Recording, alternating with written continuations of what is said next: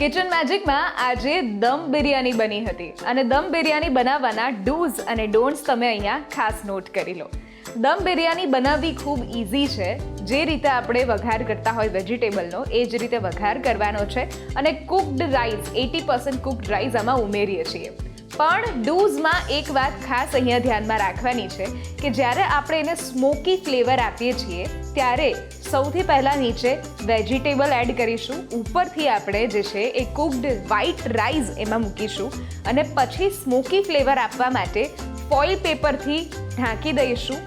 ઉપર 2 થી 3 ચમચી જેટલું પાણી નાખીશું અને ફરી એક ફોઇલ પેપરનું લેયર તૈયાર કરીશું અને પછી લીડથી કવર કરીશું અને 5 થી 7 મિનિટ માટે ધીમી આંચ પર એને કૂક થવા દઈશું. ભલે બધું જ કુકડ થયેલું છે પણ સ્મોકી ફ્લેવર આપવા માટે આ રીતની પ્રોસેસરને ખાસ ધ્યાનમાં રાખીશું.